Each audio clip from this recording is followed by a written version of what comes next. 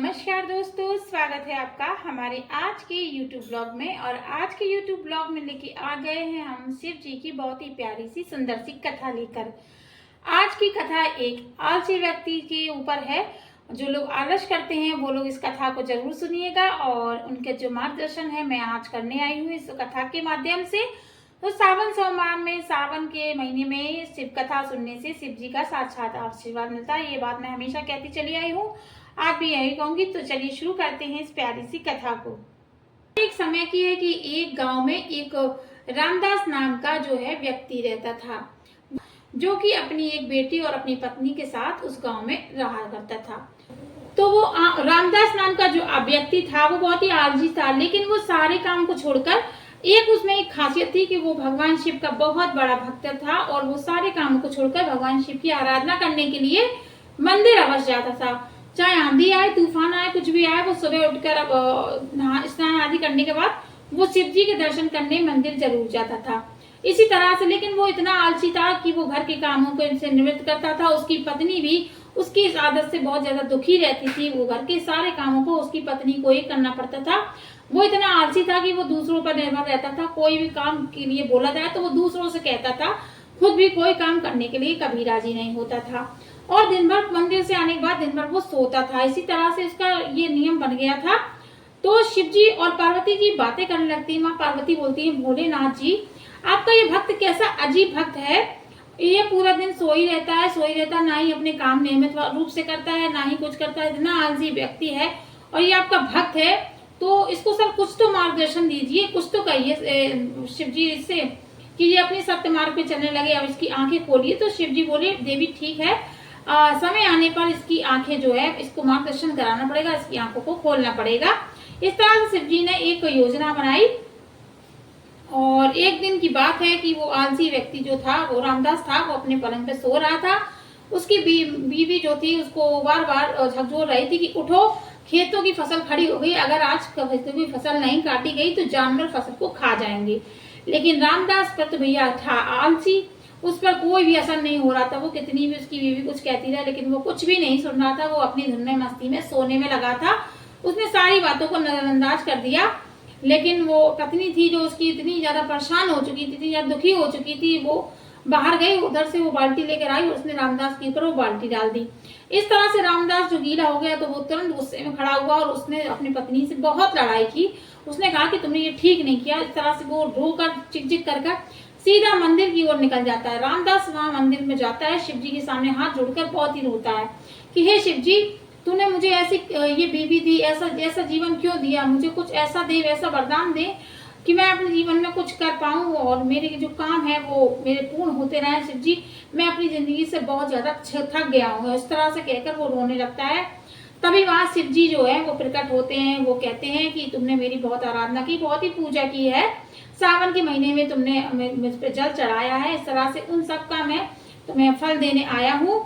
फलस्वरूप कितने भी तुम आलसी क्यों ना हो, लेकिन तुमने जो पूजा की है, मुझे एक लोटा जल चढ़ाया है, उसका मैं तुम्हें देने आया रेडी हूँ। मैं तुम्हें वरदान देने आया हूँ कि तुम जो भी मांगो वो मैं तुम्हें दूंगा।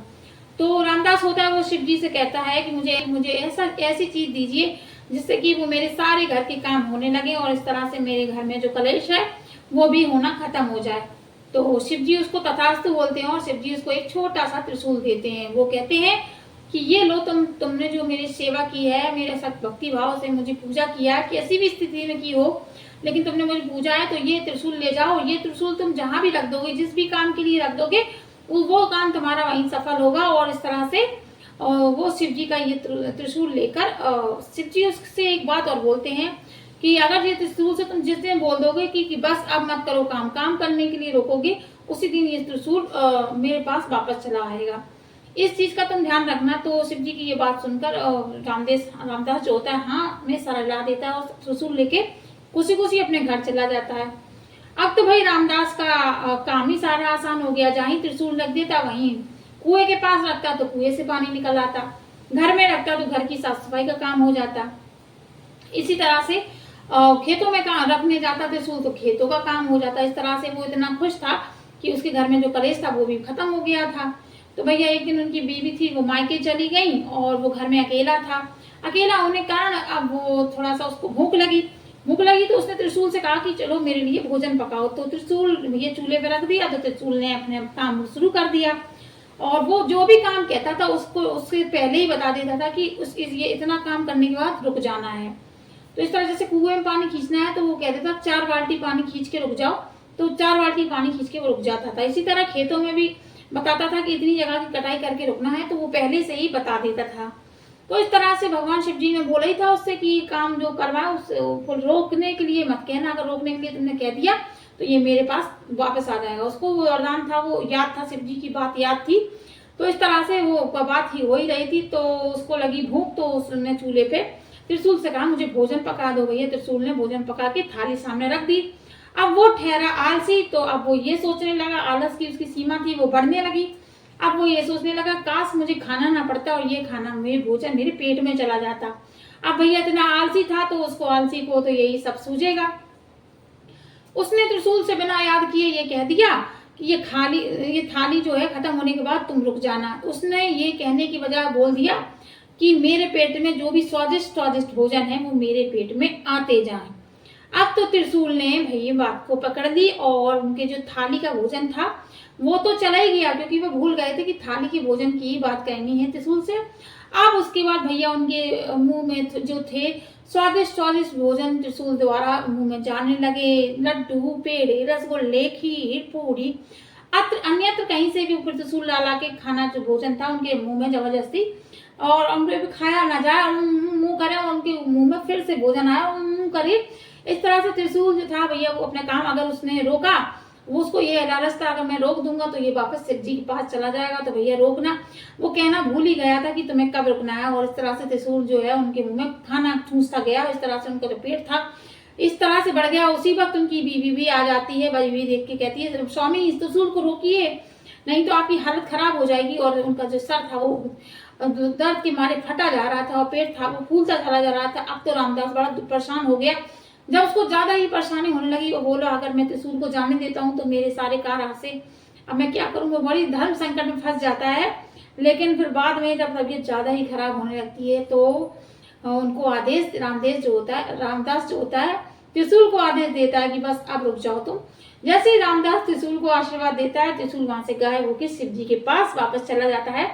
और जो रामदास होता है उसको अपनी करनी पे किए पे पछतावा होता है। वो समझ जाता है कि भगवान ने जो हमें ये त्रिशूल भेजा था ये हमारे ही पश्चाताप के कारण भेजा था, हमारे आलस के गुण को दूर करने के लिए, हमें शिक्षा व मार्गदर्शन करने के लिए भेजा था। कभी भी अपने काम के लिए दूसरे पर निर्भर नहीं रहना चाहिए। आलस को दूर कर हमें नित्य अपने काम को करना चाहिए। हमें मंदिर में जाकर ही हमें पैसे नहीं कमा सकते, मंदिर में जाकर ही हम लोग अपना पेट नहीं भर सकते। पेट भरने के लिए हमें अपने काम के लिए जाना पड़ेगा। आलस को छोड़कर हमें नित्य काम करना चाहिए और अपने घर की जो खुशियों को बरकरार रखने के लिए कर्म करना बहुत ही जरूरी। तभी कहा जाता है कि कर्म करें। भगवान की पूजा से भगवान खाना नहीं देते, हमें उसके लिए पसीना बहाना पड़ता है तभी हमारे घर में। तो आलस को दूर करके जो लोग आलसी हैं, जो लोग आलस करते हैं वो इस कथा को जरूर सुनेगा, उनको कुछ तो कुछ मार्गदर्शन जरूर मिलेगा। इस कहानी से हमें यही शिक्षा मिलती है कि हमें आलस को छोड़ के अपने जो नित्य कार्य हैं वो आवश्यक कार्य उनको जरूर करना चाहिए। उन कार्यों के लिए कभी दूसरे पर पराधीन नहीं रहना चाहिए, किसी के ऊपर आश्रित नहीं रहना चाहिए। इसी के साथ इस कहानी का अंत होता है। सावन के महीने में ये कहानी बहुत ही सुंदर कहानी थी, मुझे भी बहुत पसंद आई। आशा करती हूँ आपको भी पसंद आएगी। अगर पसंद आए तो प्लीज वीडियो को फुल वॉच करते हुए चैनल को सब्सक्राइब करना ना भूलें। मिलेंगे कल एक नई वीडियो के साथ, तब तक के लिए राधे कृष्णा, जय श्री राम, ओम नमः शिवाय।